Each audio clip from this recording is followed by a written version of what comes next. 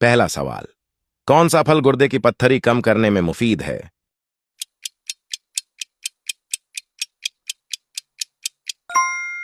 दुरुस्त जवाब है लीमू। दूसरा सवाल, कौन सा विटामिन सूरज की रोशनी से हासिल होता है?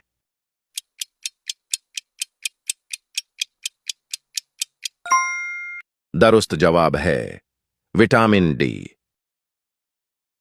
तीसरा सवाल, चेहरे को चमकदार बनाने के लिए कौन सी सब्जी मुफीद है?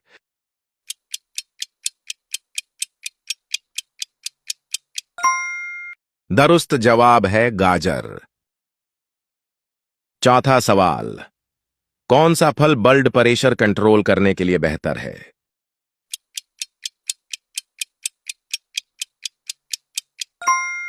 दुरुस्त जवाब है केला।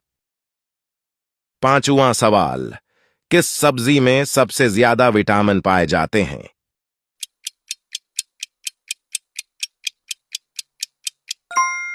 दुरुस्त जवाब है पालक।